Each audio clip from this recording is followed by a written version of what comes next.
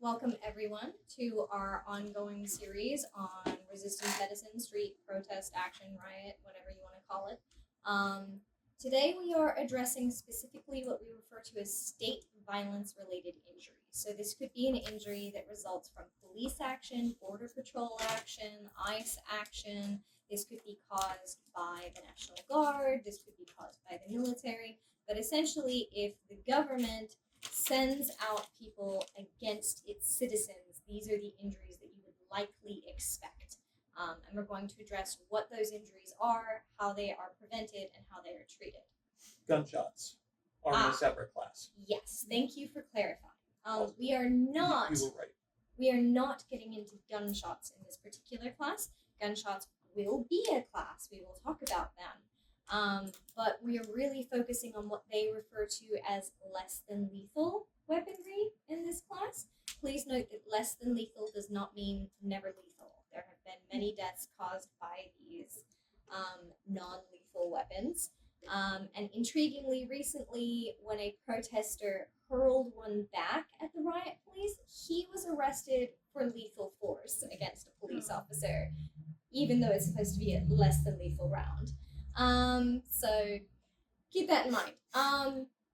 Before we get into the topic, I want to remind everyone how this works. The camera is pointed at me. It cannot see any of you. We do not identify you to anyone online when we post these videos.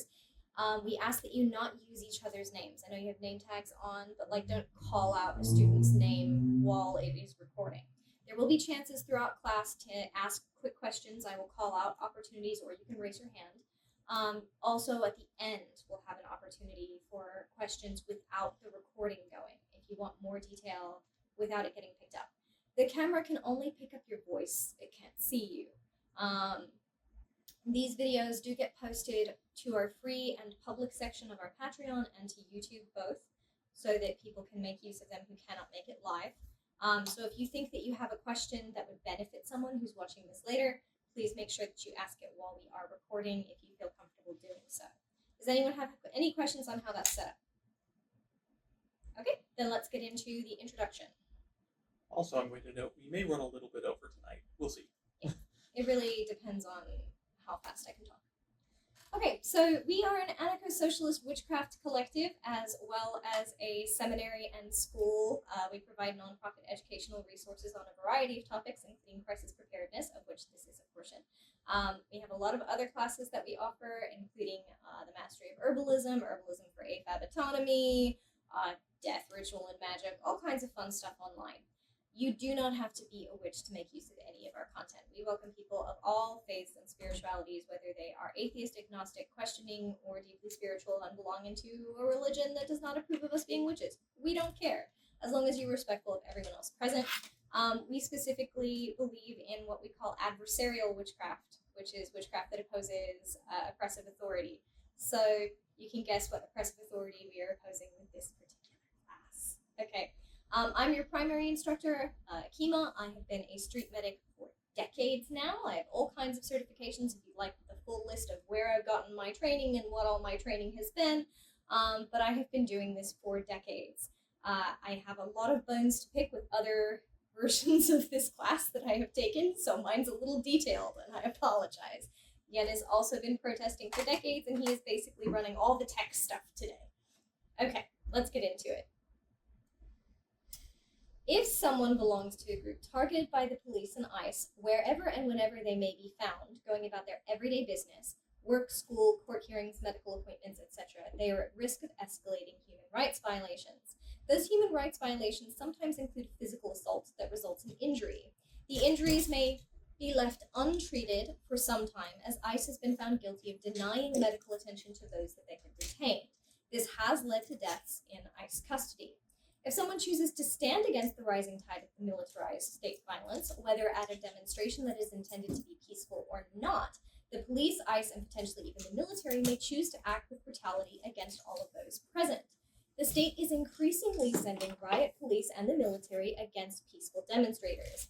No one is safe from that violence. Riot police have assaulted the elderly, the disabled, children, and medics. Additionally, medical attention has been denied to people while they are detained, sometimes leading to the death of the injured person. Being forearmed against the violence with a proper first aid kit and the training to use it, whether someone intends to serve as a medic or not, is vitally important.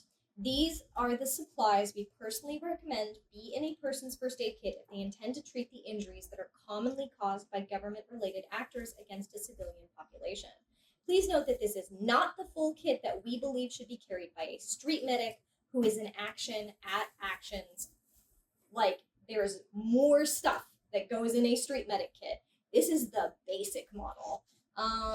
Anyway, putting together a full kit for a street medic is its own class, with detailed information on specific brand recommendations, how many of each object we believe people should carry, specific recipes we feel like they should learn to use and make use of.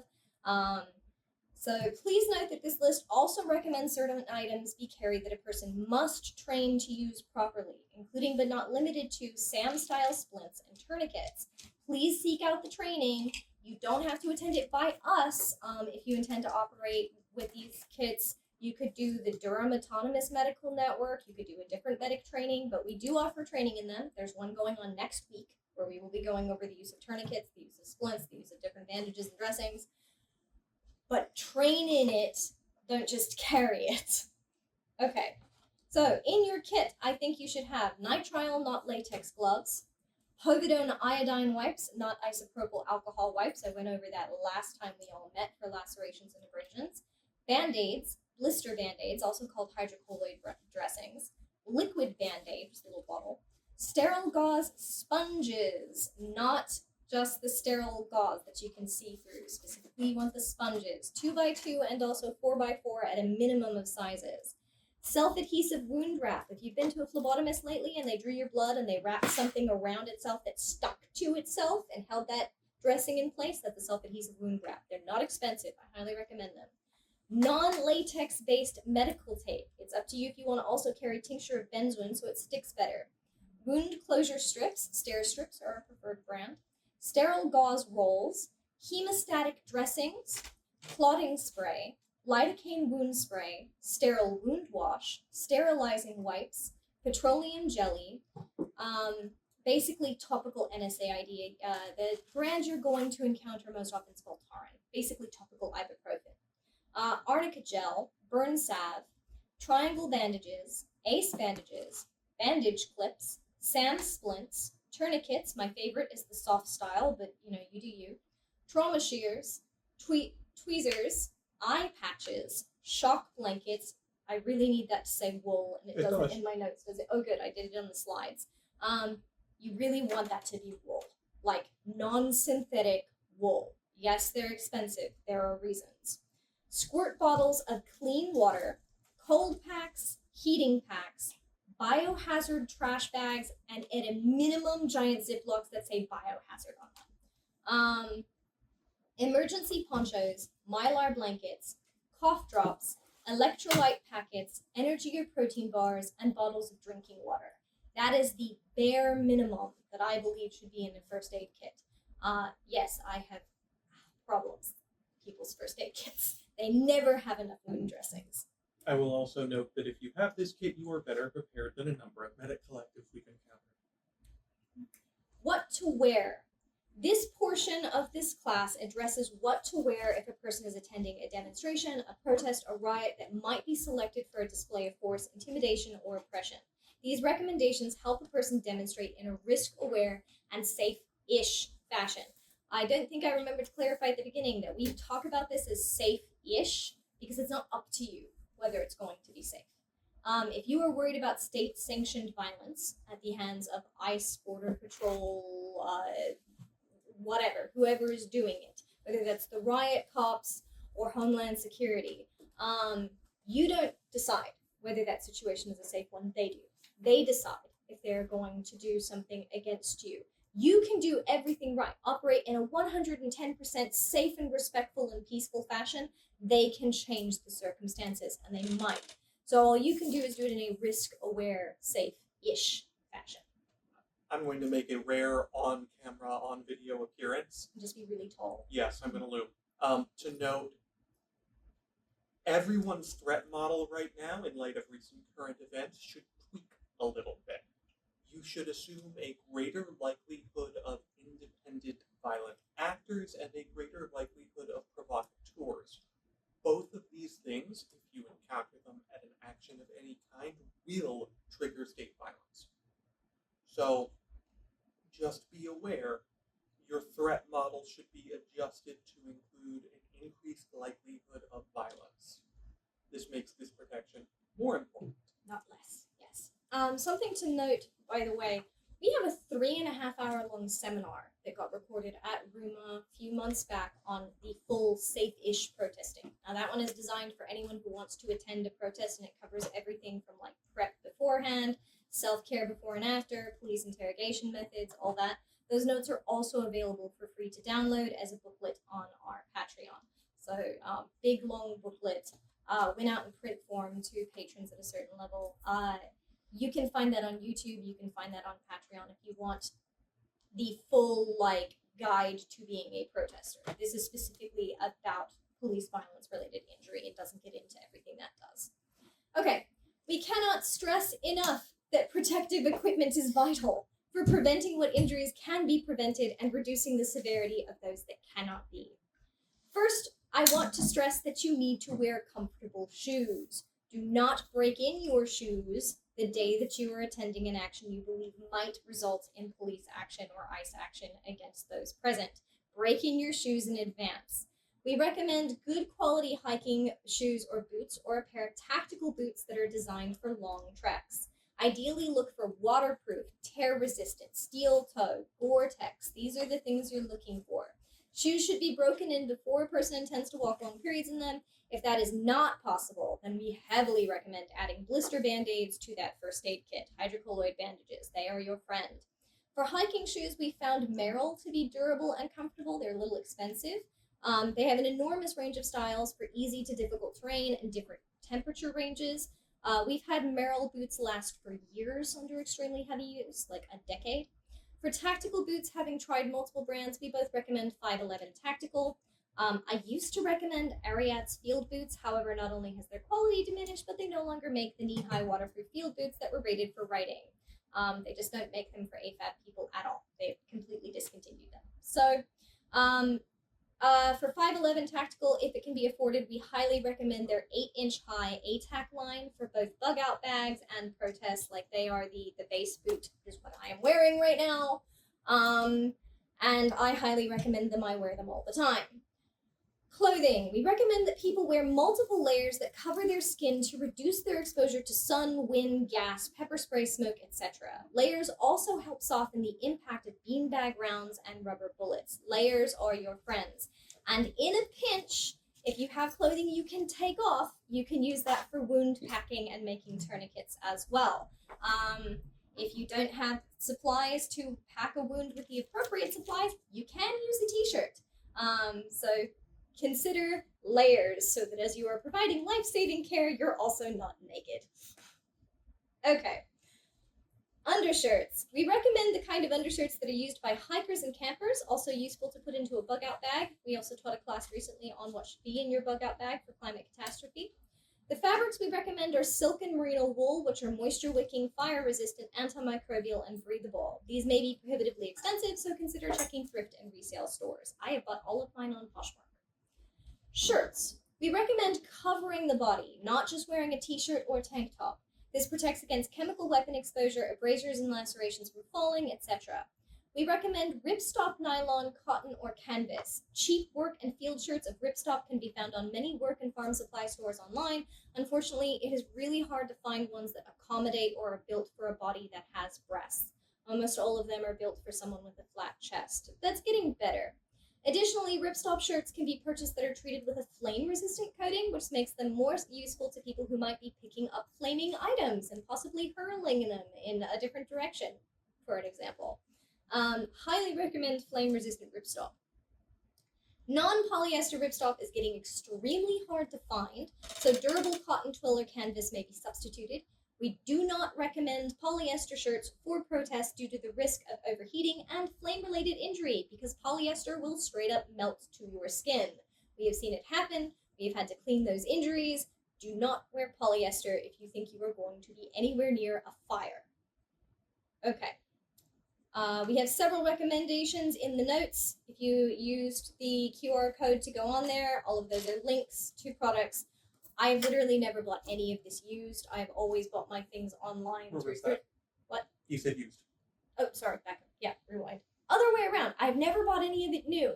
I buy all of my stuff used. I have hunted for it over the years. I do not think you need to make a $500 to $1,000 investment to be properly equipped. Buy it over time as you find it where you can afford it. Okay. Cut-resistant and tear-resistant shirts are available, some of which look just like regular clothing. Unfortunately, the motorcycle brands that make them, it tends to be expensive, so again, keep an eye out. You can also use vests. Vests serve as extra equipment storage if they have pockets. At protests, they can also serve for protection for one's vital organs. I prefer motorcycle protective equipment because they make cargo vests that's also armored. And when I did black bloc work, that's what I wore.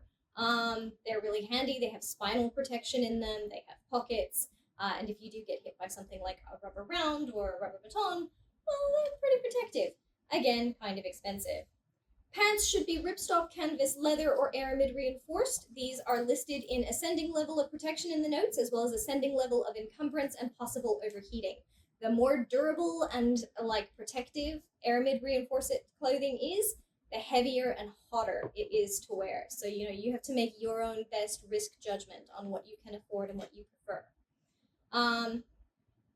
We also recommend that you have gloves, not just the nitrile gloves that I listed in the first aid equipment, but also fire-resistant gloves. If you are concerned at all with the need to pick up and throw back burning projectile, then you need specialized equipment for that. For inclement weather, you may also need gloves to protect your hands from cold. We also recommend that you carry a gas mask or a gas respirator. If there is a good chance that you will be subject to chemical weapons released by riot police, please consider purchasing and bringing one with you. A bandana is not adequate protection. You can get a decent chemical respirator for about $30. Believe me that it's worth it to make the investment. You can keep an eye out for sales. They tend to be $50 or $60 and go regularly on sale. Now, you do want to make sure that you buy one that is chemical rated and that the filters additionally are chemically rated. If it just says dust mask, that is not sufficient.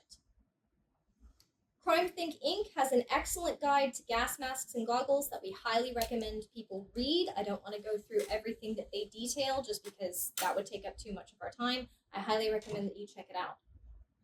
We also recommend goggles and shatter-resistant glasses. Goggles or shatter-resistant glasses can protect you from getting hit in the face with a rubber bullet, which can actually cause you to go blind, and also protect your eyes from chemical weapons exposures.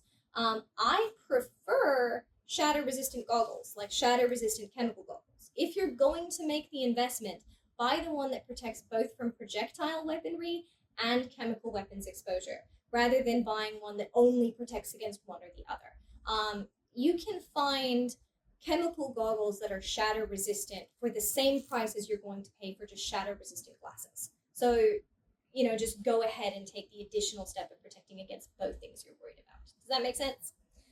Some people really like to do full face protection. This is basically where the gas mask is the shatter resistant goggles, has a face plane. I don't personally like those. It's not because they're a bad idea. I just don't like them. I have kind of an odd-shaped face, and they never seal right. I much prefer having independent goggles and independent mask that I can adjust, that I can choose to lift the goggles or put down the goggles as needed. I can have the gas mask down here and put it up when I want.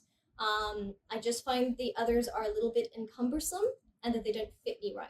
You need to choose what works best for you. It may be that you want one thing to keep track of rather than two. Okay? Other head protection. Ear protection is primarily intended for volume control. Wear ear protection to protect your hearing. Noise dampening earplugs intended for concerts can also be used. If there is a significant chance that firearms will be utilized, this is essentially required. Helmets are useful if concerned with blunt force trauma from things like beanbag rounds, police batons, gas canisters, or aggressive counter-protesters. Motorcycle helmets are also able to be used, and you can justify them if you ride a motorcycle, and they can also be anonymizing. They can prevent you from being recognized. Tactical helmets may be more effective in extremely violent situations, but remember that if your tactical helmet has taken blows or you have fallen and hit your head, it now has to be replaced. There are now advanced ear protection options intended for people engaging in hunting and shooting that automatically dampen any noises above a certain threshold to protect your hearing from loud noises, such as gunfire or sonic weapons, without impairing your ability to hear what is going on around you. Some of them even come with Bluetooth capabilities, so you can put on like some rock music and psych yourself up, which is kind of cool. If you are going to wear head protection, there's kind of a debate between hard hats and helmets. Where some people are like, oh, I want a helmet because they are designed for, falling off a motorcycle and they are anonymizing. But if you're a street medic, you really want someone to be able to see your face. It's kind of a trustworthiness thing. It does, of course, make us vulnerable to identification, so you do also want to anonymize yourself somewhat, as you can see these people are doing with, like, gas goggles. I like being able to pull it down and talk to someone and then put it back up rather than being covered all the time. But Black Bloc generally wears full face helmets. If you're not going to wear a full face helmet, I do recommend that you wear a hard hat. Okay. What not to do, wear, or bring. Unless you are a journalist or a photographer, leave the delicate, fragile equipment at home. Pack only the absolute minimum that you need to take care of yourself and others who depend on you in any situation. In our Safe-ish Protesting Guide and in our Safe-ish Protesting class, we go in a lot more detail about why you should or should not bring your phone, if you do bring your phone, what you need to do with that, and various other things you need to pack for a protest, and everyone got an infographic on what to bring to the protest. Well, that's available online. This is really just addressing dealing with these injuries. You need to bring your first aid kit, but you also don't want to bring anything that you wouldn't want to get caught with by the police or ICE. Assume arrest or detainment is always a possibility. Don't bring or wear anything irreplaceable that you would be financially or emotionally devastated by losing. Things get lost, stolen, and broken by the cops, by ICE, or just in general at any kind of protest or demonstration. Do not wear contacts if you think there is any chance of being exposed to chemical weapons. Contact lenses trap chemical weapon particles against the eye and worsen eye injury. If you have to wear anything to correct your vision, make sure it's glasses. If you are going to be a long-term street medic, someone who is intending to do multiple protests, then it is my recommendation that you invest in flexible titanium glasses with shatter-resistant lenses. Generally, it's about an extra 100 to 150 when you go to get your glasses to make those upgrades. But it makes them much safer to wear at protests. And yes, when I'm not wearing my contacts, that is indeed what I wear. I have had them punched off my face. I've had them stepped on. I've had them thrown downstairs. They have survived. I hit them with a stick. You hit them with an eskrima stick. That's right. Yes, I see a question. So I don't know if this hack would work for a fact, but I know in the US it's required for children's glasses to have some kind of shatter resistant lenses. So I wonder if you went on Zenny and put that you were under the age of 18, if you would get some kind of discount on the shatter resistant. Yeah. It would be worth it to check. I don't know. I literally just ordered a pair like 2 hours ago. You can get a shatter-proof glass when it doesn't add on, I think, to any size glasses. That's great. And I highly recommend Zenny if you're trying to buy cheap glasses. They're great. Okay. Do not wear body oil or lotion as they can trap chemical weapons particles against your skin. I know that there's a concern about sunburn at protests. I've literally taught 2 classes on it in like the last 6 months about sunburn and heat-related injury. Wear protective clothing and keep your skin covered to prevent sunburn rather than wear sunscreen at a protest because the sunscreen can trap the chemical weapons against your face. Makeup's debated. If the aim is for the protest to look good to the press, then having well-made-up protesters can help. If the aim is to disrupt surveillance, certain styles of makeup can help. But makeup can be a problem if you're exposed to chemical weapons. Some protest guides will say to wear waterproof and sweatproof makeup so that it doesn't get in the eyes if you need to rinse off chemical weapons. But I say don't risk it at all if there's any chance of chemical weapons exposures, because it complicates decontamination. Consider your goals, weigh your risks, choose accordingly. If you shave or buzz your hair, do so 2 days in advance, 48-hour minimum, if possible, because you want any micro cuts to heal in the event of chemical weapons attacks. Yes, this is if you shave your legs, if you shave your face, if you shave your head, if you shave off body hair as a matter of like your daily patterns of what you do for hygiene and for appearance. Do it 48 hours before you expect to be exposed to chemical weapons, and not again in that time.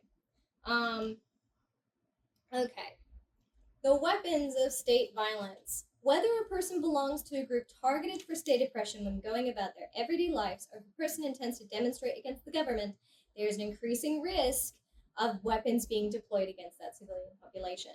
Anyone can be affected, including the elderly, the disabled, and children demonstrating peacefully. In June of 2020, a 7-year-old boy was hit in the face with mace, which caused a chemical burn, and a 75-year-old person was pushed to the ground by police and suffered a traumatic brain injury. The charges against those police officers were dropped, by the way. Medics are increasingly targeted for police violence, including being shoved to the ground while treating the injured and having chemical weapons deployed against them. During the BLM protests, a medic had their arm broken while they were trying to treat someone. So keep in mind, there is no such thing as doing any of this safely. If you're doing ICE disruption, hell, if you're even recording ICE, if you're attending any kind of peaceful demonstration, there's no such thing as like, oh, well, I'm a safe target. They won't tackle someone in a wheelchair. Yes, they can. Yes, they will. Yes, they have. They did push over one of the protesters, if you would see, that was in a wheelchair. Yep. There is no such thing as like a safe person that won't be targeted anymore. Okay, basic triage. There is a separate class on setting up a medic area at a protest or other event that may be targeted for state violence. For now, we will quickly address some of the steps of removing someone from the area of acute crisis and basic assessment for injury. If a single person has been injured by state violence at a location such as a workplace, a church, a school, and they have not been detained, they may be able to be treated on site right where they are. They may need to be moved if the environment is still unsafe, such as if there is a risk that the violence will continue or escalate. It may be unsafe for them to be moved, which we'll cover in head-to-toe assessment, in which case they will need to be treated on site until emergency services arrive. Or it may be necessary for them to be moved ASAP to seek emergency care that cannot enter the area, in which case the medic needs to train in safe movement of the injured. There have been times where the police have engaged in action against protesters where they did not let EMS through. So there are cases where medics have had to pick up someone who is severely injured and in need of emergency services and carry them out of the protest to where emergency services are waiting. I am not a betting person in general, but I would lay money that that's going to worsen as time goes on. And there's going to be more cases where emergency services are denied to people, and we are going to have to be willing to carry people out to professional medical services. Remember that there's a limit to what medics can do in the field. Obviously, you don't have an x-ray machine. You can't do an ultrasound. Sometimes they're going to need the professionals, and the only way they're getting to them is if you take them. At a state-induced mass casualty event, it is even more important to have an area the injured can be removed to. Rewind. Anytime there are multiple injured or at risk of injury, there should be a separate area that people can be removed to for treatment in a calm and stable environment, even if that treatment is just getting a chance to cool off, drink something, and or get a Band-Aid. This is true for public events. You've been to a concert, there's a first aid tent generally. You've been to a street fair, there's probably a first aid tent. This should be even more true if you have reason to suspect that ICE, Border Patrol, riot cops, etc. are rolling into that event. At a state-induced mass casualty event, it is even more important to have an area the injured can be removed to that is less likely to be the target of the weapons of state violence, including chemical weapons and other means of suppressing and oppressing public action. However, it should be noted that the area where medics are treating the injured has historically been specifically targeted by the state for attack and arrests. It may be wise to have more than one area that people can be taken to, and potentially have one of those areas be secret and known only to the medics to resist the potential for disruption, detainment, and arrest. If there is not a pre-established area for injured people to be removed to, which there should be, then as soon as injured people are confirmed, the responders should set up one or more treatment areas. The location of that treatment area should take into consideration safety for both the responders, medics, blockers, medical assistants, EMTs, concerned bystanders, and the injured. It should also take into account the ease of access to resources. How close are you to medic supplies, clean water, flat ground? It must be taken into account that emergency services should be able to get to it. So you need to have it set up so that they can. So let's say that the protest is happening down there. You want it to be a couple streets away where EMS can get past police cordons. Okay. It may be necessary for there to be multiple decentralized locations for medical care to be rendered in case of disruption or inaccessibility of a single location. But if necessary, create a single centralized, easy-to-access location away from the site of the acute crisis. A centralized location does make it for the most effective use of resources, as a limited number of trained responders can manage one area more easily than several. It is especially relevant if there aren't enough medical supplies to create more than one area of medical response.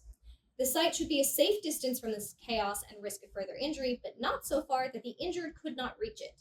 You want someone not to have to walk more than a couple of blocks, especially if injured. You definitely do not want to be carrying people more than a couple of blocks.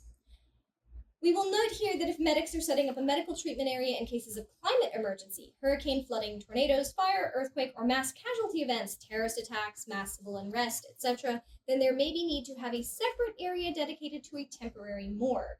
Hopefully that will not ever be relevant for state-sanctioned violence against a civilian population, but we will note here that if it is, it should ideally be away from where the injured are being treated, so they do not have to look at it. Basic assessment. Unless an injured person seeks out the medical response area themselves, they are likely to be first assessed on the scene of injury. That assessment may need to be extremely rapid, especially in cases where the injured person and the responder are at risk of injury by remaining in the area. If the person is safe to be moved, further assessment will take place at the medical response area. Responders should not move a person who has died, but instead document the location and notify professional medical responders. You, as street medics, if you are training to be a street medic, or as someone who is participating in one of these actions, you don't move a corpse. Corpse stays there. You make a note of where it is. You contact the professionals. They will take care of that. Before assessing the person, the responder has to assess the scene. The safety of the responder is paramount. Do not create a second injured person by responding to the first injury and becoming injured yourself. This is one of the 5 principles of street medicine that we covered in ethics and legalities. The responder needs to check if it is safe for them to approach, if it is safe for the person who is injured to remain where they are, and if the danger is to others present in the area as well. They need to check for environmental conditions that would make it unsafe for them to assist. Are the police actively firing rubber bullets? Are there waves of tear gas? What is the scene? What is the reason that you're helping someone? In some cases where the responder is a medic, they may choose to enter an unsafe environment to collect an injured person. For this, it is highly recommended the medic work with someone called a blocker, a person who will hold up a shield to block projectile weapons. It is vital all responders be wearing adequate PPE to protect them from the danger if they choose to enter a dangerous environment. A medic should never enter a scene if it will endanger their life to do so, but they may choose to risk less severe injuries, such as exposure to chemical weapons, less than lethal projectiles, etc. Yun is my blocker.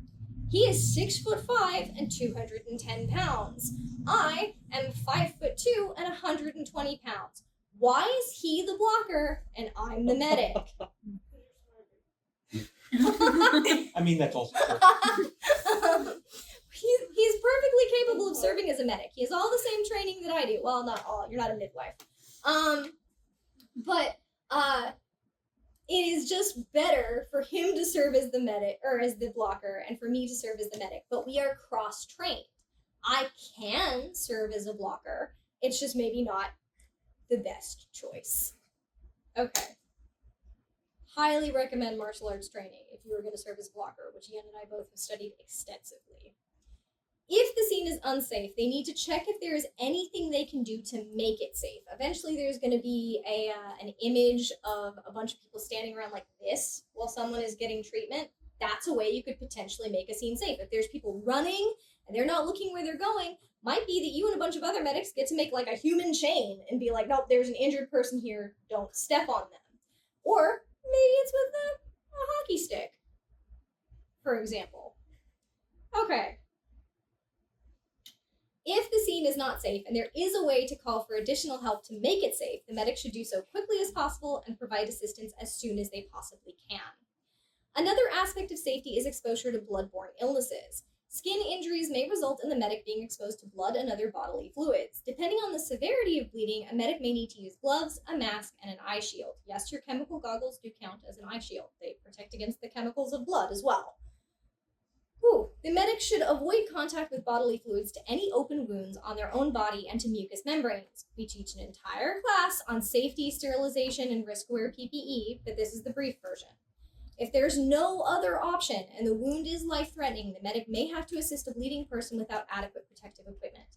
If the medic is exposed to blood from the person they are assisting and the person has an unknown medical history, it's not their child, their spouse, their partner, etc., they should, as soon as possible, clean the affected area with soap and water, flush their eyes, nose, or mouth if any contact with bodily fluid was made into them with water or sterile saline, and they should report that exposure to medical personnel and receive a medical evaluation, possibly including blood tests for both them and the source person to determine risk and potential necessary follow-ups. For example, they may be given post-exposure prophylaxis, PEP, a medication that can significantly reduce the risk of HIV exposure.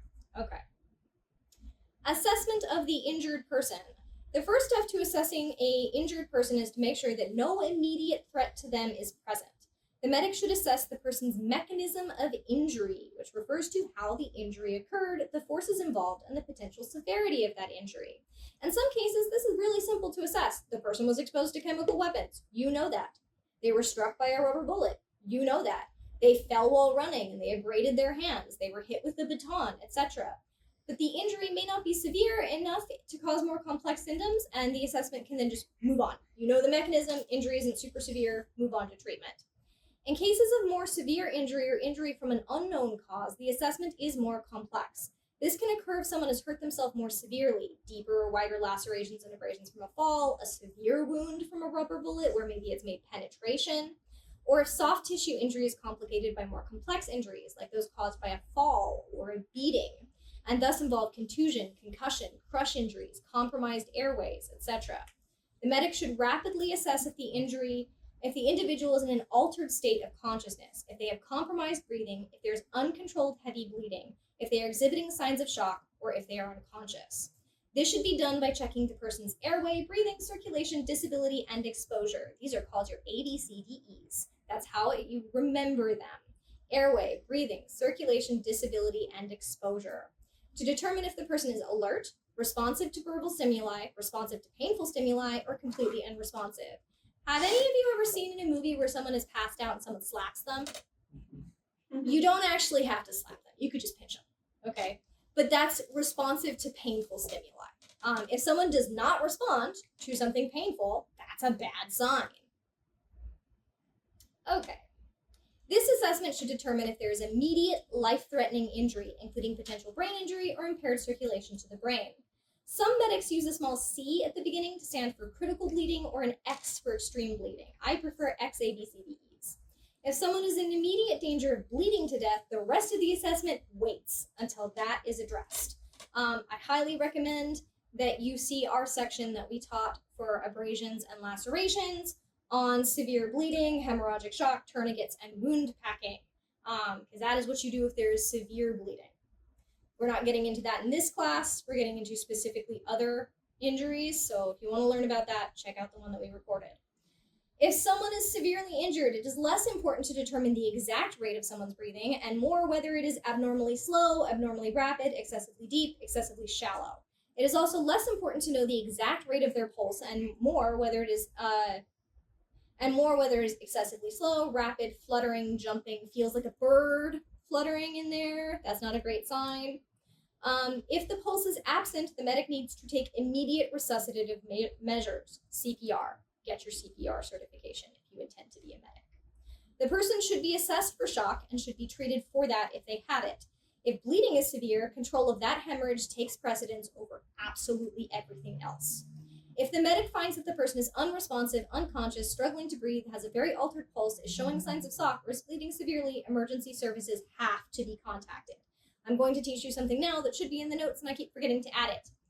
You as the medic are stopping the bleeding or performing CPR. You point to someone in the crowd and you say, you, call 911.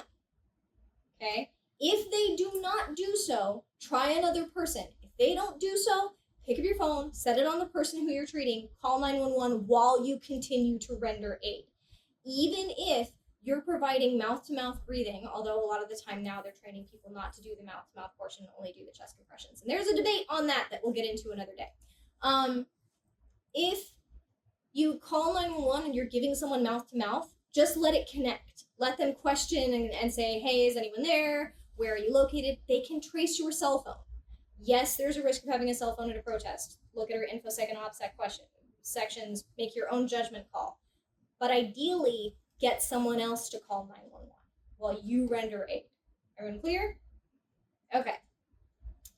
Head-to-toe assessment. A head-to-toe assessment should be performed after the XABCDEs to determine the nature of a person's injury. It should be performed in its entirety before treatment is begun, but should not be performed if the person requires immediate treatment for life-threatening injuries, such as in cases of compromised breathing or severe hemorrhage. The responder performs a head-to-toe assessment to determine the location of all injuries, the extent of those injuries, and what treatment the person needs. The acronym used to remember the steps of a head-to-toe assessment is DCAP-BTLS. If you can think of a good mnemonic for this, please let me know. It's DCAP-BTLS. I know that that's a pain in the, like, XABCDEs, that's easy to remember, right? DCAP-BTLS, less so. But this stands for deformities, contusions, which are bruising, abrasions, punctures, burns, tenderness, lacerations, and swelling. Understanding the MOI, the mechanism of injury, what caused the harm, will help provide additional information on what injuries are likely. For example, a rubber bullet is likely to cause contusions, tenderness, and swelling, as well as possible lacerations and even a puncture wound. So if the MOI, the mechanism of injury, is rubber bullet, the head-to-toe assessment will be informed by that information, and so will treatment. You need all three if you can get it. Can't always get it, but you want all three if you can. MOI, XABCDEs, DCAP-BTLS. Patient assessment if they are capable of answering your questions. Sometimes the medic knows the injured person. They're a family member, a housemate, a friend, a coworker, a volunteer they work with, or even another medic. Other times, they are a complete stranger. First, obtain consent. Yes, even if the person is a member of the medic's family, they should still ask for consent to assist them. Yun, do I ask you before I put a Band-Aid on you? Yes. Yeah, I ask. Ask before you touch people. Secondly, prevent further injury. The shock from being injured, even if the medic perceives the injury as minor, may cause the injured person and onlookers to pass the fuck out. It is recommended that the injured person be placed in a resting position. If there is doubt as to how well the person is coping with their injury, they're dizzy, they're lightheaded, they're white, they're blanking in and out, they're not answering all your questions, they seem kind of swimming in and out of it, that position may need to be fully supine. This means laying flat on the back, staring at the ceiling or the sky. Bystanders may also need to be directed to sit or lie down if they show signs of pre-syncope, which means they're feeling like they're about to faint. People pass out from injuries that you look at and you're like, that's kind of minor, or at least I think it's minor. I might not be the best person to ask, though. Just don't assume that someone will be fine because you're like, oh, that's hardly bleeding, and then they're on the ground. Because now they also have a fall injury. Prevent second injury if possible. The medic should then obtain a brief description of the current injury and how it occurred. They should ask the person if they're feeling dizzy, lightheaded, nauseated, and are having trouble breathing. If the person is bleeding, the medic should ask about any medications that thin the blood, anticoagulants, or if the person has a history of excessive bleeding or clotting insufficiency. I recommend that you memorize the drugs that are most common to cause these issues in case you have to ask people, like, are you on warfarin, and get those answers. If they're showing signs of shock, they should also ask if they are on medications that affect how the body handles shock, including beta blockers, calcium channel blockers, antidysrhythmics, and nitroglycerin. Children have a lower tolerance for injury than adults, especially blood loss. They may appear fairly stable and normal, though upset, with good blood pressure and pulse until they suddenly collapse. If possible, always have an injured child sit down for treatment. Pregnant people will naturally have a faster pulse, lower blood pressure, and often nausea, so evaluation of them can be complicated. We recommend that their symptoms still be taken seriously if they present with signs of shock, even if the signs of shock could just be caused by them being pregnant, and that medics not automatically dismiss the altered signs of their medical state as being caused by them being pregnant. The medic should inquire how painful and or tender the injury is. They should also check for signs of swelling, as this can indicate a more severe injury. They should also always monitor and treat for shock, especially if the injury was caused by a bad fall, a beating that may have caused internal injury, or if there's any heavy bleeding. Sometimes clothing may need to be shifted or removed to make a head-to-toe assessment possible. In this case, the medic should ideally be the same gender as the person they are assessing, but that is just not always possible.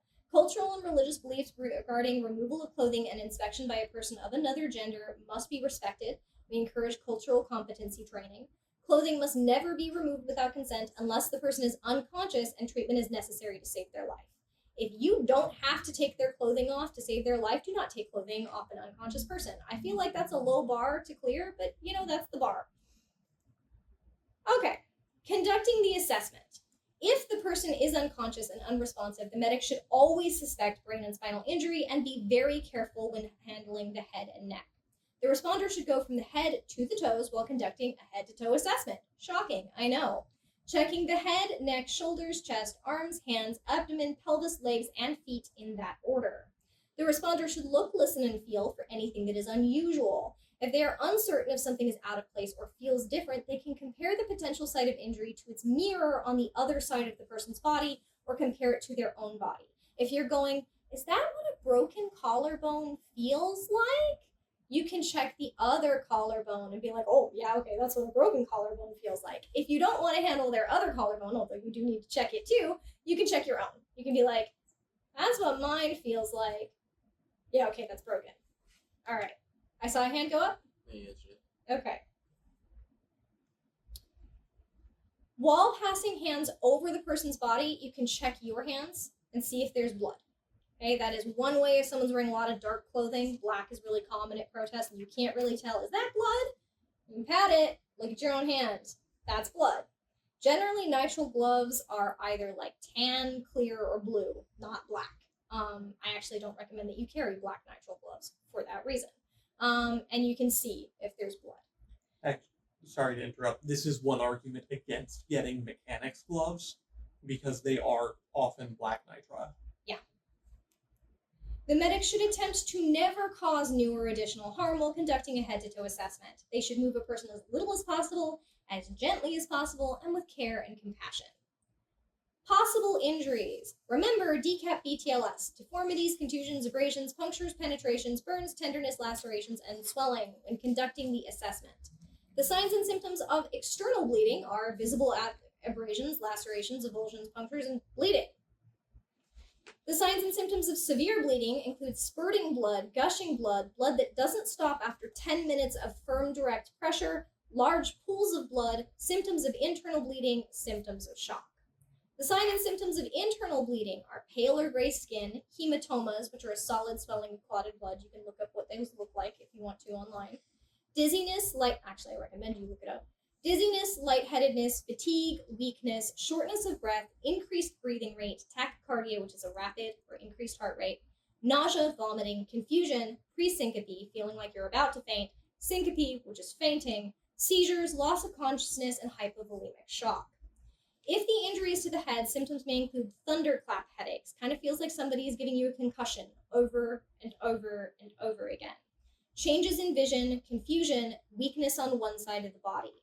If the injury is to the chest, the symptoms include difficulty breathing, chest pain, and coughing up blood. If the injury is to the abdomen, the symptoms may include swelling, feeling full, bruising, blood and vomit, urine or feces, and inappropriate bleeding from the vagina outside of the appropriate cycle of the menstrual cycle. If the injury is to the bones, joints, or muscles, the symptoms can include bruising, swelling, and pain. Contact emergency services if you believe someone has internal bleeding and treat them for shock. Internal bleeding will cause shock, so just start treatment as soon as you suspect it. The signs and symptoms of shock can be measured using a 4-stage symptom that is detailed in our guide on abrasions and lacerations, also detailed in our guide on heat and sun-related injury, because dehydration can cause shock as well because of fluid loss. But we are here only going to cover the compensated and decompensated way of using it. I actually prefer the 4-stage method, but the decompensated and compensated method is much better if you are in a hurry.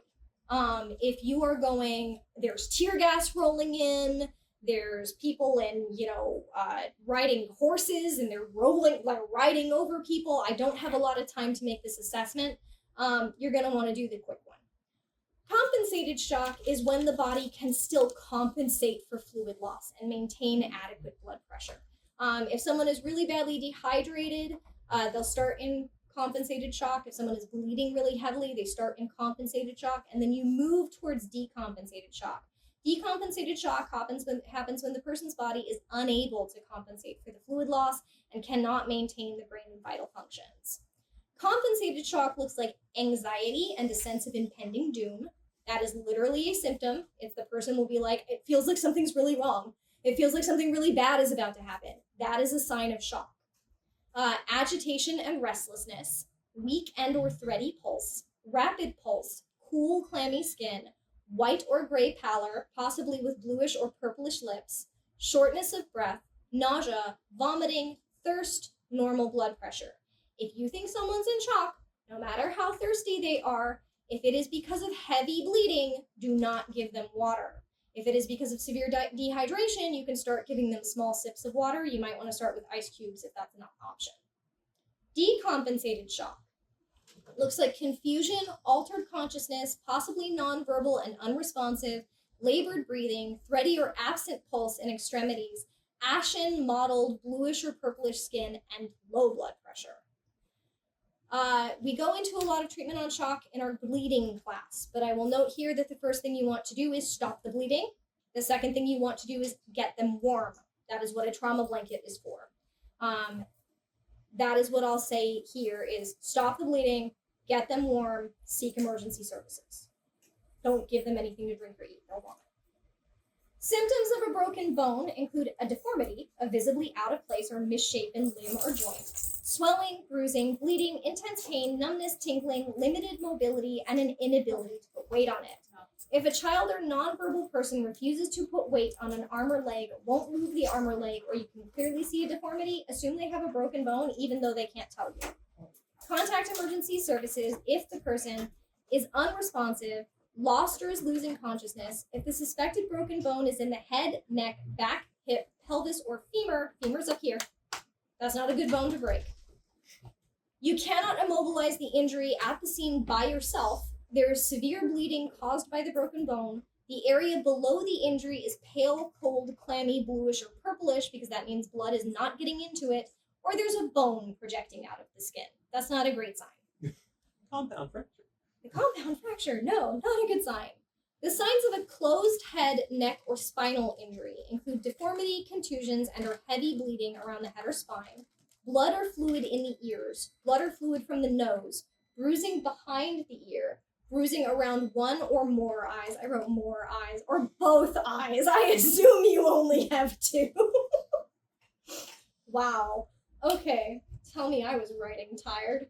Uneven pupils, inability to track motion with eyes, loss of consciousness or losing consciousness, swimming in and out of focus, headache or pressure in the head, neck, or back, inability to move at all, inability to move one or more body parts, tingling in extremities, numbness in extremities, difficulty breathing, changes in vision, including inability to see, nausea, vomiting, and seizures. If the person has a closed head, neck, or spinal injury, medical services must be contacted.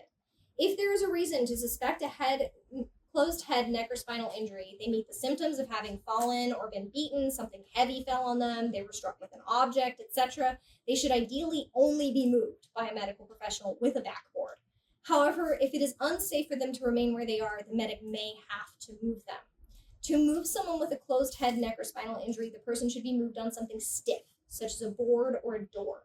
If that is not possible, they should be carried in a trauma blanket by no less than 5 people, with 4 on each corner of the blanket and 1 stabilizing the head. If being moved on a stiff object, someone should still either hold the head to stabilize it or something should be wrapped around the head to stabilize it. You can use a trauma blanket, you can use a piece of clothing. Hoodies are good for this because you can roll them up into a log, tuck it around the head. Moving someone to safely. Ideally, a person should move themselves. The walking wounded should remove themselves to safety and go to an established medical response area if they can. If they cannot walk on their own, they may be able to be supported by an arm over someone's shoulder and mostly carry their own weight. If necessary, a medic may need to remove someone from a dangerous area who is unable to move themselves. This should be done if medical services are not available to move the person and the person is in danger of worsening injury or new injuries by remaining where they are.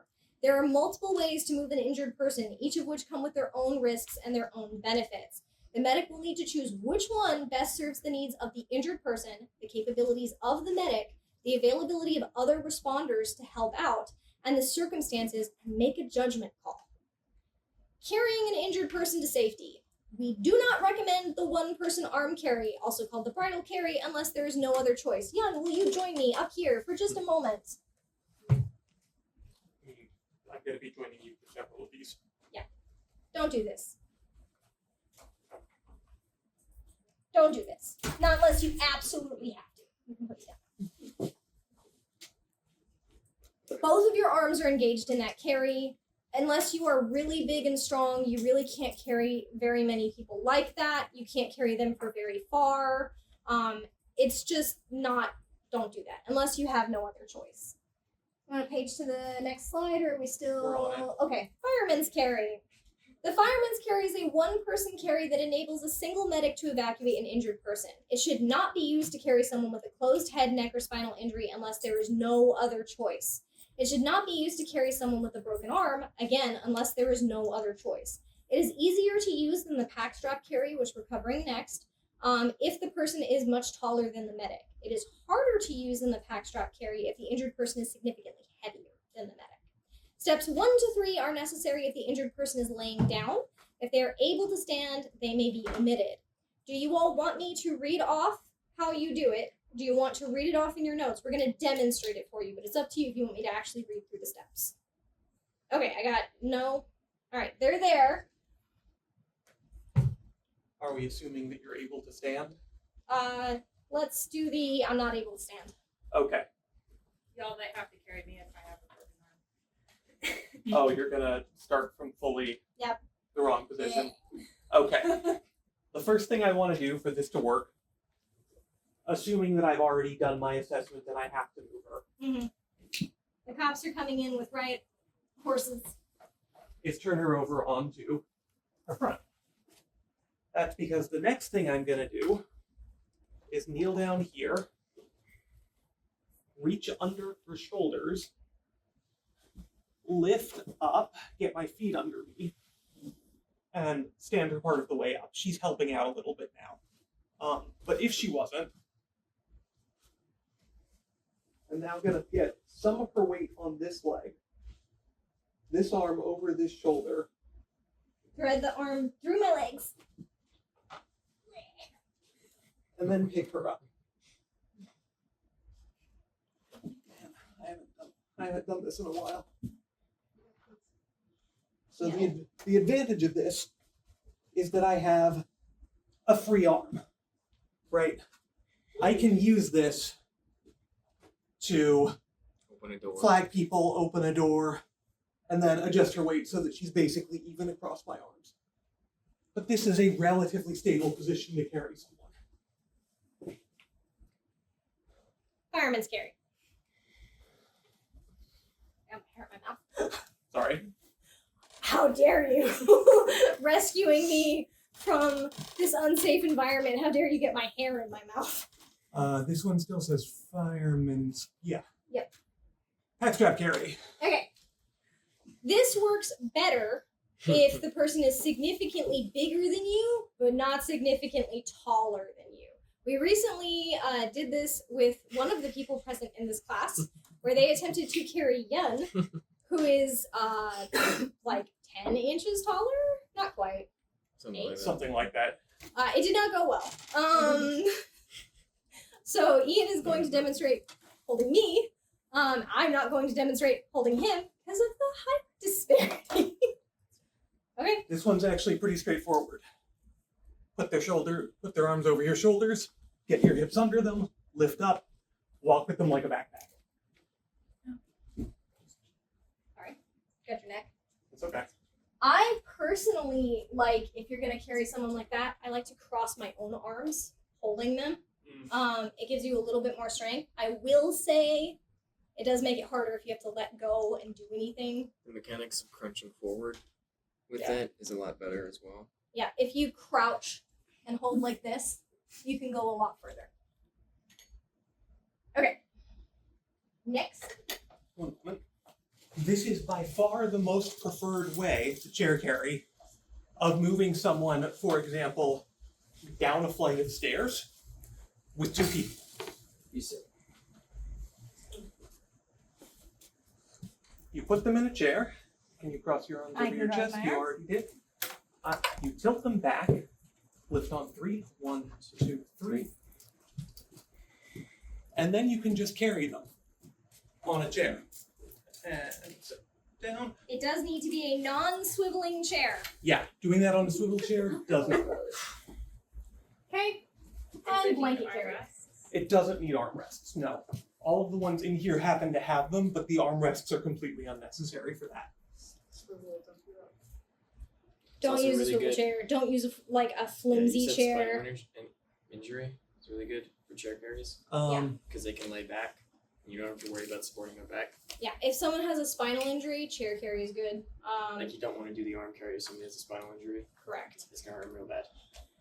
You Blanket have the carry. blanket carry, you don't have the blanket drag, so I'm gonna... And blanket drag is mentioned at the very end of these. Okay. Do we want to do the blanket carry? We will need more people on camera. I will describe the blanket carry and then we can try it at the end of class if people are willing. Basically, how it works is that a person gets put onto the ground, or the blanket gets put on the ground next to the person. Blanket gets spread out, Actually, and then this is double layered, but whatever. you're gonna want to open. Well, yeah. Okay. So, the person will be laying here next to it, and then you want to accordion fold it. See how we're sort of gathering and accordion folding it? That's how you're going to get it under them.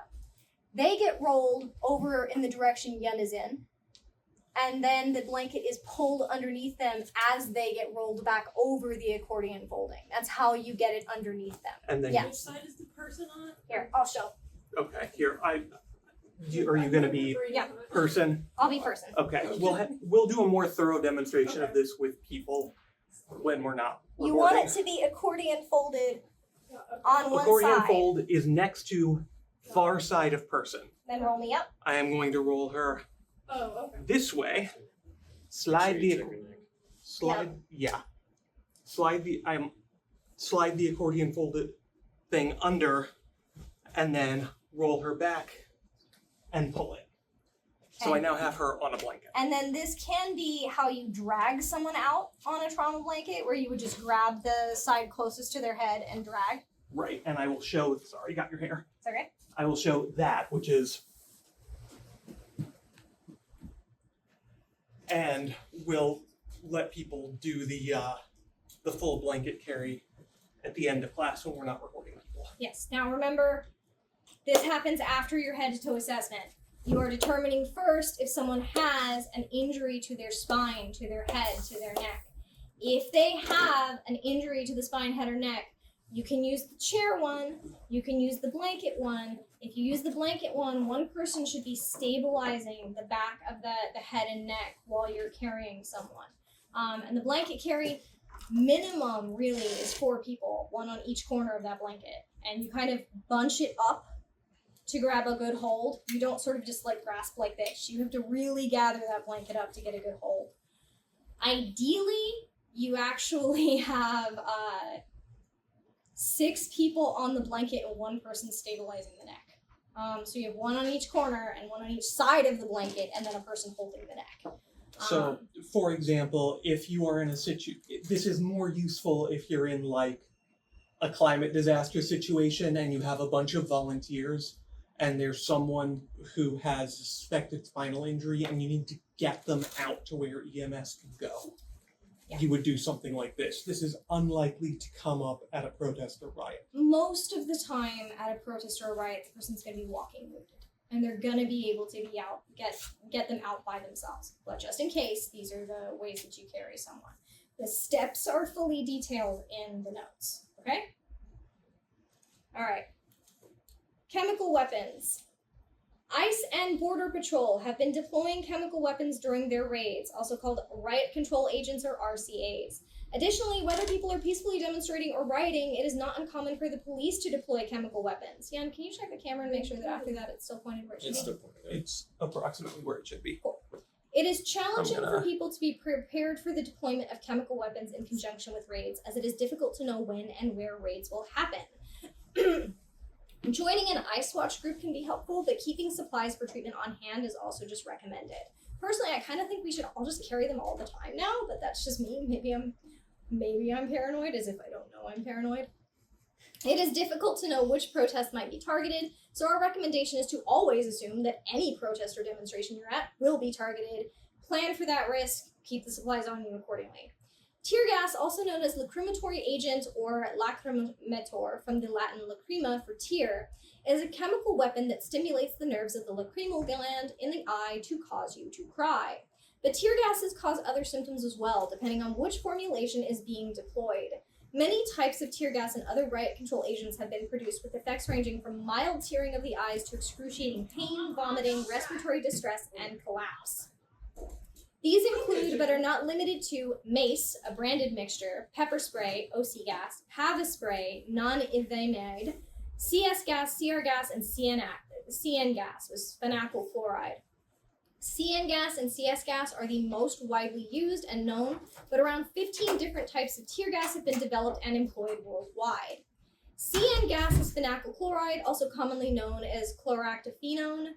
It was first investigated but not used during the First and Second World Wars. It is extremely dangerous, so it is not generally deployed at large scale by the military. However, it is still used by police forces, as well as by paramilitary groups as mace in some formulas, though less and less commonly. Its use is being supplanted by pepper spray and CS gas.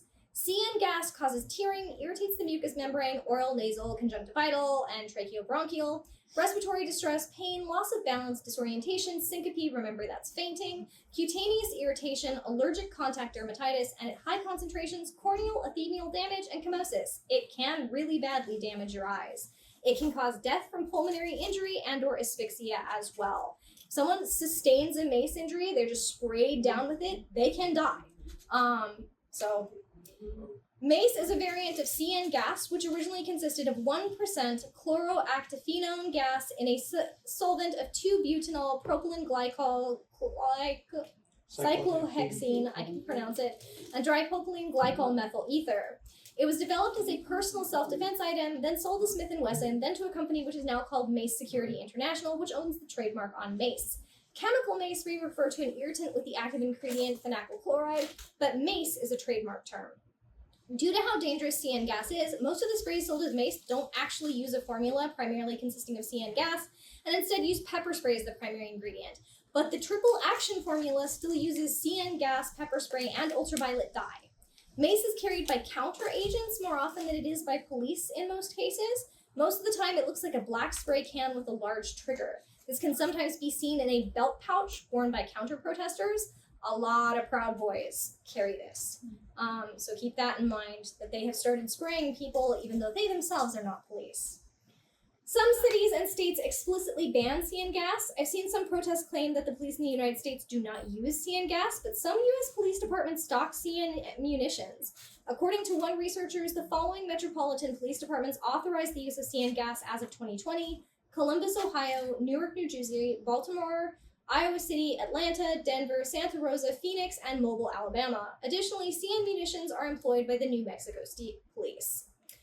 This would be deployed both as a spray and a handheld spray can with a large trigger that sprays a stream and propelled from a grenade or canister by a small pyrotechnic explosion. Pepper spray, also called OC spray, capsaicin spray, or bear spray, is oleoresin capsicum spray. It was originally engineered for defense against bears, mountain lions, and wolves. It contains capsaicin for defense, but it also is an irritant. It causes burning, pain, and blindness. It's very inflammatory and causes the eyes to swell closed. It also causes burning of the lungs, shortness of breath, and respiratory distress. When oversprayed, it can cause extreme respiratory distress and cardiac difficulties. The police do still carry pepper spray. It is generally deployed as a handheld spray can with a large trigger that shoots a stream. Police are known to spray protesters with long, sustained sprays directly in the eyes, nose, and mouth, and in some cases they have done so while people are restrained by zip ties and handcuffs and just kept spraying them. So, Pava spray is an incapacitant spray similar to pepper spray, but dispersed in a liquid stream. It contains a 0.3% solution of pelargonic acid vanillamide, I can pronounce things today, also called nonivamide, a synthetic capsicanoid, an analog of capsaicin. It's a solvent of aqueous ethanol with a nitrogen propellant. It is significantly more potent than CS gas, but also has a narrow stream of application, which was designed to use the minimum amount to incapacitate a person without prolonging their discomfort or exposure. It's not common in the United States. It's extremely common in the United Kingdom, India, and Switzerland, but there has been discussion about using it in the United States, hence the inclusion of it here in this class. CS gas consists primarily of the compound 2-chlorobenzyl malonitrile. Its use is banned in warfare due to the 1925 Geneva Protocol. It is in use in the United States, though, as a riot control agent. Banned in war. You can't use it in war, but you can use it against a civilian population. CS gas is the most popular riot control in the United States because of its very strong effects. The effects CS gas have on a person will depend on whether it is packaged as a solution or in an aerosol. The size of the dispersed particles, the concentration of the solution, and the amount of the solution that contacts a person are all factors that influence its effects. CS gas reacts with the moisture on the skin and in the eyes, causing burning sensations, tears streaming from the eyes, profuse coughing, nasal discharge of large amounts of mucus, burning eyes, eyelids, nose, and throat, disorientation, dizziness, restricted breathing, coughing, vomiting, syncope, and respiratory distress. It will also burn anywhere the skin is damp or sunburned.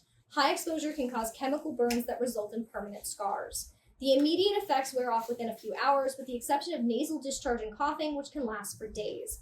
Respiratory, gastrointestinal, and oral symptoms can persist for months. Protesters exposed to tear gas during the 2020 protests in Portland, Oregon, United States, also reported menstrual changes. Repeated exposure can also cause sensitization, which means the more you are exposed, the worse the exposure is the next time you get exposed, which is one reason to wear your PPE. It should be noted that CS gas is the most commonly used by police forces within the United States against modern protesters. It was deployed in at least 100 cities during the 2020 BLM protests. In Portland, Oregon, it was used more than 100 times in a 2-week period, and there were at least 2 nights in which it was used more than 20 times in a single night. When deployed, it can cause mass panic, with other injuries occurring due to that, including trampling injuries. CS gas is generally prepared from a grenade or canister by small pyrotechnic explosion. CR gas is dibenzoxaprine, a lacrimatory agent and incapacitating agent. It was developed by the British Ministry of Defense as a riot control agent in the 1950s and 1960s, and it's nicknamed fire gas, because one report from the department lab said it was like being thrown blindfolded into a bed of stinging nettles. It is very similar to CS gas, though structurally dissimilar, but twice as potent. CR gas can be delivered as an aerosol or solution, so it is used in water cannons, smoke grenades, or canisters that heat up and produce an aerosolized cloud. CR gas is not currently used by U.S. police forces. However, Turkey suddenly and unexpectedly deployed it on protesters in 2013, so it is included here due to that possibility occurring during upcoming protests in the United States. CR gas is generally deployed as a grenade or canister that sprays a cloud through a crowd. All forms of tear gas worsen the spread of respiratory illnesses such as COVID-19 because people cough more. If people are already sick with a respiratory virus, something like RSV, tuberculosis, any of those, then them coughing is going to make it spread more in the crowd. Long-term health problems caused by chemical weapons include chronic bronchitis, recurring lung infections, walking pneumonia, and increased asthma attacks. If tear gas is employed, firstly, do not panic and run. Mass panic leads to more injuries, not less. Additionally, rapid breathing and increased heart rate can worsen symptoms of exposure. If you have a respirator or a gas mask, put it on immediately. If you have chemical goggles, put those on as well. If you have no protection, cover your mouth and nose with a cloth, but know that the cloth can rapidly become contaminated with a chemical attack. It will provide very limited and very brief protection. Do not use a damp cloth, as several tear gas formulations are activated and worsened by moisture. So placing a damp cloth over your nose and mouth will worsen, not protect against, tear gas. It does not deactivate it, and because it is damp, it can cause the same, acidified cloth soaked in vinegar, lemon juice, etc. is not effective against tear gas. It does not deactivate it, and because it is damp, it can cause the same problems as if it was just wet with water. Something to note is that I see people online recommending all the time that you should carry a bandana that you have soaked in apple cider vinegar in a Ziploc bag. Get that out and put it on if you are exposed to tear gas. This is like opposite world. This is the exact opposite of what you should do. And I personally believe that that is some kind of like intentionally spread misinformation to injure protesters. CS gas, the one that is most commonly deployed by the United States against civilians, is acid, like it's already acidic. So it is going to just be a combinatory effect of additional acid if you have an acid-soaked cloth. And having a moist cloth is also going to attract it to that area. So that's like the worst thing you could do. And it provides not only no protection, but it will probably cause further injury. Breathe slowly, but avoid deep breaths, just focusing on long and strong exhalation. Do not run, but exit the area at a brisk walk or calm jog, with clarity, avoiding falls, collisions, and possible trampling. Do not crouch, as tear gas is heavier than air, and so the highest concentrations tend to be near the ground. Either move where directed by the forces dispersing crowds, or travel upwind of the gas if you can. Some protesters use the model deployed during the 2019 Hong Kong protests, where frontline protesters formed special teams wearing protective clothing, including heat-proof gloves, or covered their arms and legs with cling film to prevent painful skin irritation. They picked up canisters that were releasing gas and hurled them back at police, poured water over them to extinguish them, or put traffic cones over them to contain the gas, and then poured water over them to extinguish them. Do not do this without adequate protective gear. If you are wearing sturdy footwear, canisters can be kicked away from you and other people. Do not pick up an unexploded canister, as it may explode and cause serious injury, like it will blow your fingers off. If it has not gone off, don't touch it. Do only pick up a canister if it is already emitting chemical agents, and only if you are wearing heat-resistant gloves and safety goggles at a minimum. A protester at an ICE raid was recently arrested and charged with assault with a deadly weapon because he hurled a police canister or a canister back at the police. Hurl it away, not at the police. Yes. So you're saying some of the chemicals are made worse with water. How do you know how much water you need to make it go out and not make it worse? Yeah, and in that particular case, if you're pouring it on it, it doesn't take a lot to put it out. Okay. Like a single water bottle is enough. And it's more that water on you will cause it to stick to you. Okay. Pouring water over the canister will not make the exposure worse for people. Treatment and decontamination. Do not touch or rub your eyes or face. Touch exposed clothing as little as possible. Shake out hair and clothing as much as possible, then get it off so that clothing that was contaminated can be discarded. Blow your nose, cough into your elbow rather than onto others, and spit. Like, I want you to hawk a loogie, like the thing that kids did in school that was super gross. Do that. Get it out of your nasal passages, get it out of your throat. Beyond that, treatment varies based on what kind of tear gas and what concentration on it the person was exposed to. People react differently to different remedies. There is also a lot of misinformation online that conflates various kinds of tear gas with each other. The truth is, there is no one specific antidote. Water will temporarily exacerbate the pain caused by CS gas and pepper gas, but it is still the best solution that has been tested so far. People should run cool, clean water and plenty of it so that it flushes the eyes, nose, and mouth, but away from further contamination. They should lean their head back so that the water can be poured so that it washes the contaminant away from further exposure onto the ground. Always irrigate from the inside of the corner towards the outside, with the head tilted back and slightly to the side in the direction you want the water flowing towards the outside of the eye. So like this, going in that direction for that eye, and that direction for that eye. I keep seeing pictures online of street medics with someone standing straight up, and they're just pouring it over their face like this. That is going to take the contamination that is in their hair, on their forehead, and run it right down over their nose and mouth. Don't do that. Okay. Do not wipe the skin with a damp cloth, as this will activate the chemical agent without removing it. Instead, use a shower, not a bath, definitely not a hot bath. For CS gas, wash the body with mild alkaline soap such as Dawn dish soap. In the case of pepper spray, fat-containing oils or soap may be the most effective as they dilute the capsaicin. Use only cool or cold water. This keeps the pores closed so they don't absorb more of the chemical weapon. For CS gas, management of ocular exposures involves copious irrigation with water or saline for at least 10 to 20 minutes, but can continue longer if the person continues to have ocular symptoms. Some studies suggest that diphyterine, a hypertonic amphoteric salt solution, a first aid product for chemical splashes used by chemists, may help with ocular burns or chemicals in the eye, and specifically with exposure to CS gas. It's expensive, so we'd recommend it only to those who want to keep an extremely well-stocked emergency kit. For example, if possible, every medic collective should have a bottle for extreme cases of direct exposure, which the collective can all chip in to buy. The bottle should be reserved for those who get extreme direct exposure. So for example, they picked up a canister to just throw it away from protesters and they weren't wearing goggles and they cannot seek medical attention from an ER for whatever legal reason. Anticholinergics, Benadryl is an over-the-counter example, may help treat the respiratory symptoms as well as the itchy runny nose. Oral analgesics can help with the pain. Think acetaminophen or ibuprofen.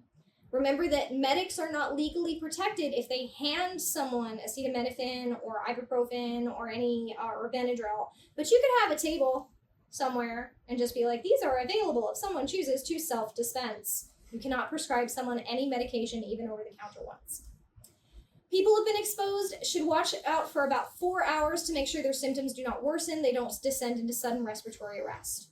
We do not recommend milk of Maalox, vinegar, petroleum jelly, or baby shampoo to wash out the eyes, as you may have seen recommended in other places. Studies have found them to be ineffective or to actively cause harm.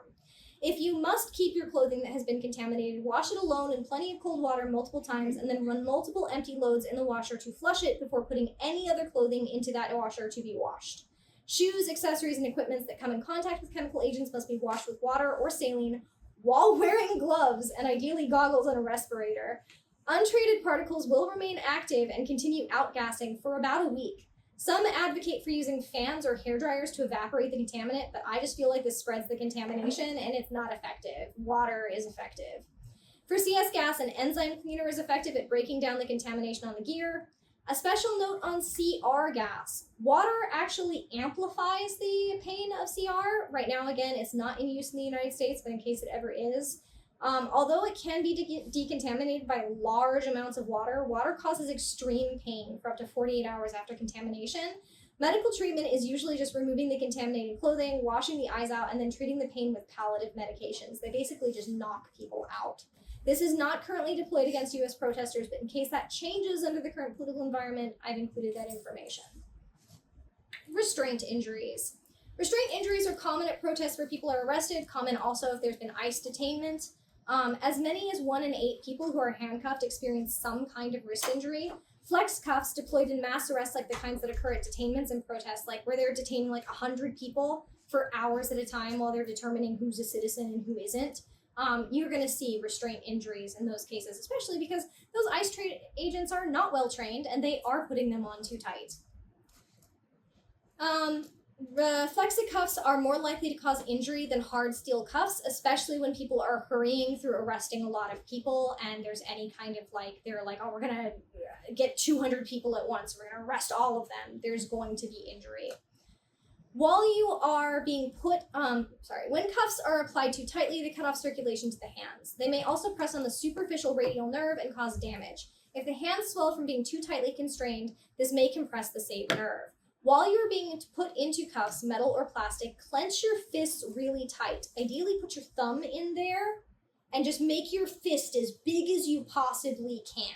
This can help you get a little bit of extra room. If you can, ask to be cuffed in front. They may ignore you, they may not. If you are flexible, you may be able to bring your cuffed hands in front of you, which reduces rotor cuff strain. If you have pain, numbness, or tingling at any time, request that the cuffs be loosened. If the officer refuses, keep asking other officers and make a note of the fact that they refuse to loosen cuffs while you complain of injury. Massage your own hands to keep blood flow going and to limit damage from restricted blood. So you're restrained. Do this to your own hands. Instruct others to do that to their hands. Keep the fingers moving.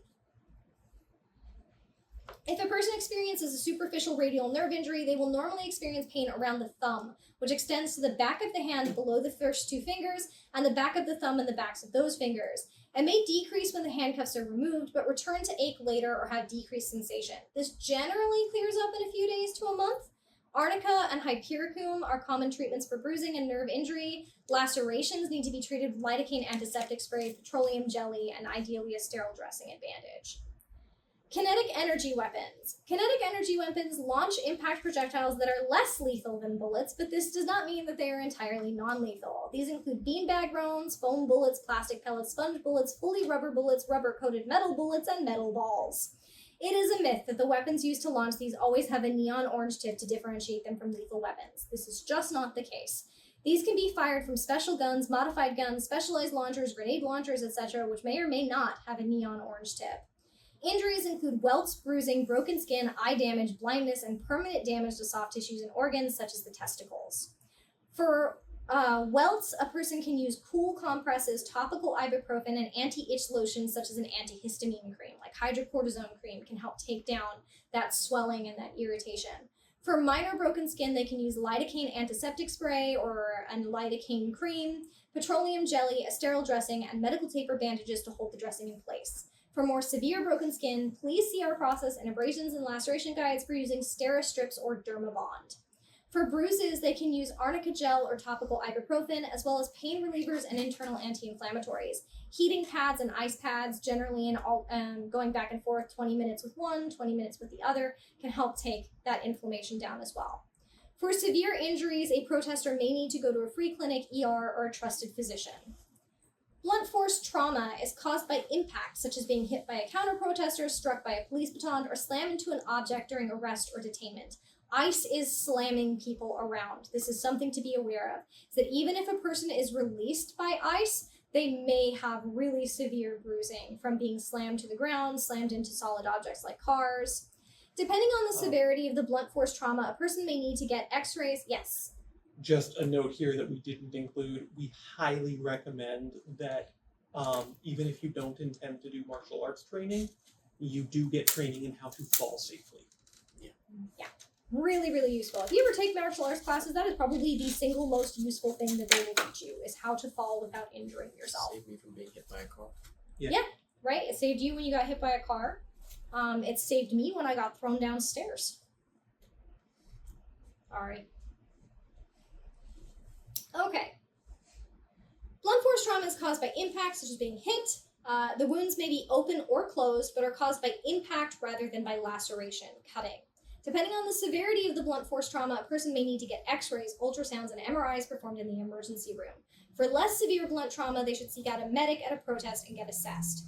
For minor blunt trauma, such as bruises and aches, rather than deep tissue bruising, broken bones, or internal bleeding, a person can treat with internal use of anti-inflammatories and pain relievers, topical application of ibuprofen and arnica, alternating ice and heat packs, hot Epsom salt baths, and muscle relaxants. You need to use way more Epsom salts than it says on the package, by the way, to be effective at treating blunt force trauma. You need to use several cups for a bath. Disorientation weapons. Disorientation weapons are a category of non-lethal weapons designed to temporarily disorient, stun, or incapacitate a target without causing serious injury or death. These weapons utilize a variety of technologies, including sound waves, intense light flashes, directed energy to cause disorientation and panic. Flashbang grenades are a type of acoustic and optical disorientation weapon. When they detonate, they create a bright flash and a very loud noise. They are used to panic and disorient protesters by causing temporary blindness, loss of hearing, and loss of balance. People who can also have shrapnel injuries and burns from the grenade exploding near them. They may also cause blast injuries. People can also be injured in the crowd if people panic and run. This can include bruises, collision injuries, and trample injuries. Hearing and vision generally recover pretty quickly, but some people may have more permanent injury and need to seek like a professional physician for eye damage or ear damage. But generally what you're going to see from that is the disorientation and then bruises, because people run into things, they run into each other, they step on each other. Dazzlers and illuminators. Dazzlers and illuminators are non-lethal weapons that use intense directed lasers or exceptionally bright lights to temporarily disorient targets. They were initially developed for military use. Non-military versions are become available for law enforcement applications. At a distance, they generally cause protesters to have to avert their eyes and take different routes. They can trigger seizures in people with epilepsy, though. The main danger is that they may be used to herd protesters into kettles or disorient them for easier arrest. On the bright side, cheap dazzlers and other lasers have been used by protesters against the police as well, disorienting drones, riot police, helicopters, etc., as observed in the tactics of the protesters in Egypt, Hong Kong, and Chile. Long-range acoustic devices. These may be used as a communications device that sends a voice over a long distance, such as when police use them to order a protest to disperse, or they may be used as a disorientation weapon. They output sound at a threshold that causes pain, loss of balance, and temporary loss of hearing, although they can be deployed at too close a range and cause permanent hearing loss. If there is a reason to believe that long-range acoustic devices may be employed, and they have started to be deployed against protesters in the United States, protesters can carry noise-canceling headphones and put them on to reduce the impact. Hearing generally recovers in a few minutes to an hour. However, if more long-term injury occurs, this will need to be treated by a professional. I really like the headphones that they tune down really loud noises, but still allow you to hear conversation. They're a little more expensive, but they're getting cheaper, like as they become a common thing. Yes. Swiss Tectonin, around $40 at Walmart. Nice. Bluetooth, Awesome. sound dampening, and Earpieces range are rated. There are Bluetooth stuff. Bluetooth is a little. That's great. That's even cheaper than the ones I was going to recommend, which the cheapest I've ever found was $75. And they're designed for the gun range specifically. Okay, millimeter wave devices. Millimeter wave devices are a disorienting weapon that uses directed energy. They emit extremely high-frequency radio waves that excite the water molecules of protesters the same way that a microwave excites the water molecules of a chicken breast. These weapons cause burning pain, thermal burns, and blisters. They have not yet been turned against protesters, but it is a theoretical possibility, and now you are forewarned. Pulsed energy projectile. A pulsed energy projectile is a weapon that is designed by the US military. It uses an invisible laser pulse that ablates the target's surface and creates a small amount of exploding plasma, which produces a pressure wave that stuns the target and electromagnetic radiation that affects nerve cells, causing pain. The technology can be used as a lethal weapon. The PEP projectile is intended for riot control, but as yet has not been deployed at protests in the United States. There have been concerns expressed that it would be a form of torture. So, of course, there are some people who are really excited about using this against protesters. Like tear gas. Disorientation weapon treatment. If a person is exposed to any of these weapons, the first step is to get them away from that weapon. If the disorientation doesn't fade and they cannot hear or see shortly after exposure, a medic should be sought out. All people exposed who have symptoms that persist past an hour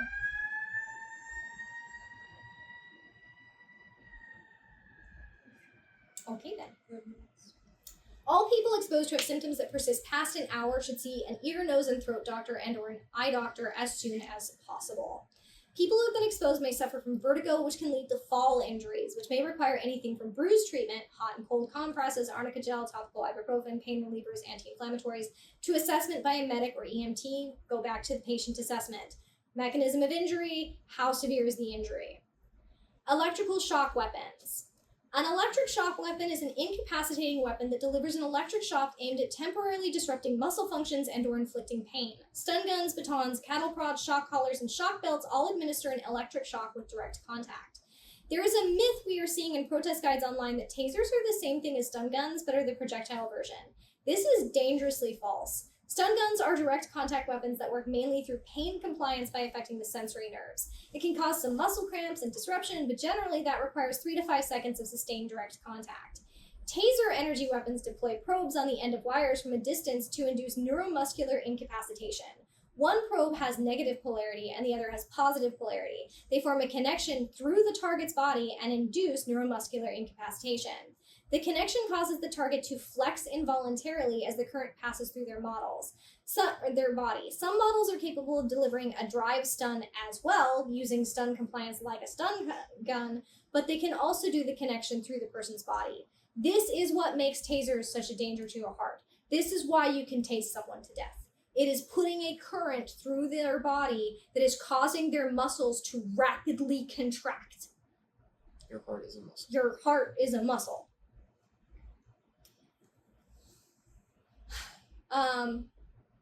Tasers can cause cardiac and respiratory arrest. The barbs can also remain embedded in the skin as a puncture weapon. The barb can be firmly gripped and pulled out, and then the barb injury needs to be treated like any puncture with antiseptic and petroleum jelly until it has fully healed. Respiratory distress and cardiac arrest should be treated by someone with first aid experience, like a trained medic with CPR experience or an EMT. If you are going to serve as a medic, get your CPR certification. Documenting injuries. It is an unfortunate fact of our world that police brutality and ICE brutality are escalating.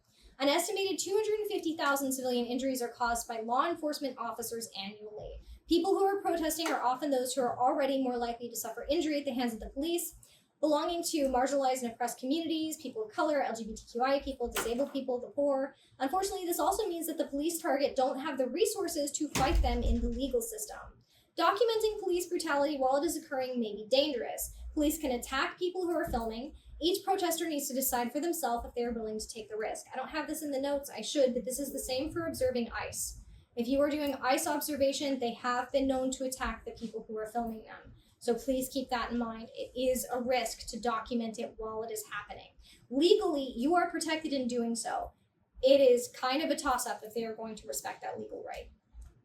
Yes. Are they more likely to respect like the NLG, for example, like if we have LOs? If you have legal observers, there is a chance that some police will respect that more. But recently, they in LA, they were attacking legal observers, specifically targeting them, the press, and medics. Like, they went out of their way to target legal observers, the press, and medics, to get them to leave. And in some cases, they're removing them. They're finding them in the protest, and they're taking them out and refusing to allow them re-entry. Okay. Thank you.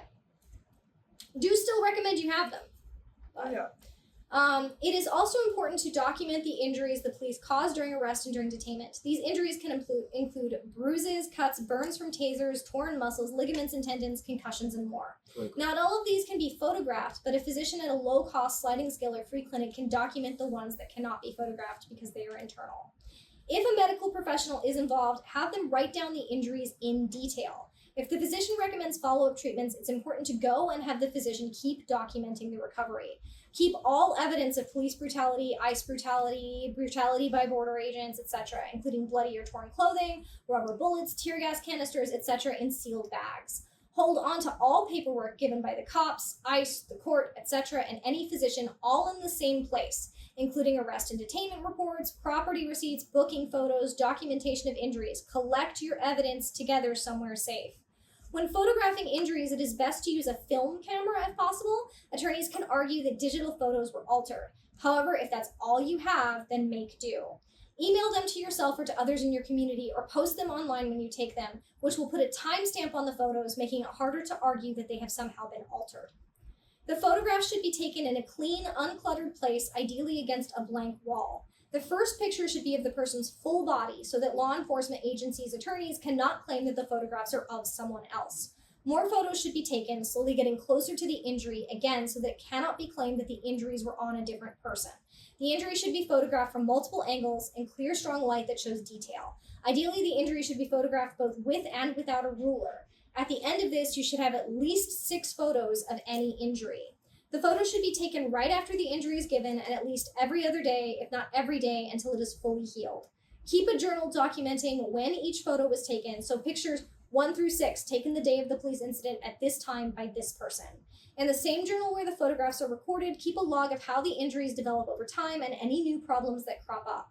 Record any missed days of work, all financial costs incurred due to the injury, and keep all of this organized and together with the rest of the evidence. Take photos of any, Also, photograph the scene of the brutality, starting by taking a wide photo, then taking photos as you get closer and closer to where the incident happened. Photograph street signs, building numbers, and other landmarks to establish where the location is. Take photos of bloodstains, broken glass, tear gas canisters, etc. to support your case. Again, store this together with the rest of the evidence and keep notes on when the photographs were taken and what they showed. Risk of arrest during treatment. If a protester is at risk of arrest, going to a clinic, emergency room, or physician's office may lead to them being arrested while seeking medical care. ICE is actually staking out hospitals. They are absolutely arresting people who go for medical care. They are dragging people out in hospital beds. Hospitals are no longer safe. They are taking people who are actively in medical treatment. So do not assume that it is necessarily safe to go there. If you think they're hunting for protesters who go to a clinic, try to get to a clinic all the way across town, away from the protest. Try to change clothes, get into like business professional clothes before going. Or see if your medic collective can find someone with like a freer sliding scale clinic who you know won't call the cops on you. Okay? So try to find that. Protesters and people who are sought by ICE for detainment have to weigh the risks and benefits for themselves. They may need emergency care as quickly as possible and have to risk the closest emergency room. If someone is dying, better that they get the care and then be arrested or detained than that they die. Medical problems during detention. If there are medical problems that are likely to occur during detention, it is best to tell the authorities detaining the person as soon as possible, whether that's ICE, the police, border patrol, whatever. For example, if a person who has asthma and will need their inhaler, or a person with seizures will need their seizure medication, you should inform the person doing the detaining before it becomes a problem. Hopefully, if a person starts exhibiting symptoms, the detainers will assist more rapidly. I want you to remember that the cruelty is the point. Sometimes they want to hurt people. That's why they're doing this. That's why they're joining the modern Gestapo. That doesn't mean you shouldn't tell them. Because then in your records, you can say, I informed ICE, Border Patrol, the police, that this person had this complicating medical condition. I tried to insist they take their inhaler. I tried to insist they take their EpiPen. I tried to insist they take their seizure medication. They refused. It doesn't make it better if that person dies, but it does increase the size of that lawsuit. If you start having a medical problem, tell someone ASAP. If another person with you starts having medical problems, get consent from them, unless they can't speak or they're unconscious, and tell the detainers, ICE, the police, etc., as soon as possible. Ask for help as early as signs and symptoms of needing help appear, as the detainers take a long time to provide aid. Then keep asking until the help is provided. If help is refused, try to get a chant going, demanding help until it is provided. Document any refusal to provide medical support and the consequences of its refusal. People have died in ICE and police custody while waiting for medical attention. See if you can get some collective action going in that detaining cell to demand medical care. And do your best, if you're going to serve as a street medic, to train in keeping someone alive for as long as possible until medical care is rendered. There is a lot you can do to keep someone alive if they are struggling, including learning how to clear their airway, do chest compressions, stop heavy bleeding, help someone if they're seizing. The more that you learn that you can do, the longer you can keep someone alive until emergency services are actually granted to them. Okay? All right. That is the entirety of today's presentation. I'm going to remind again that there is an entire guide to safe-ish protesting that some of this came from.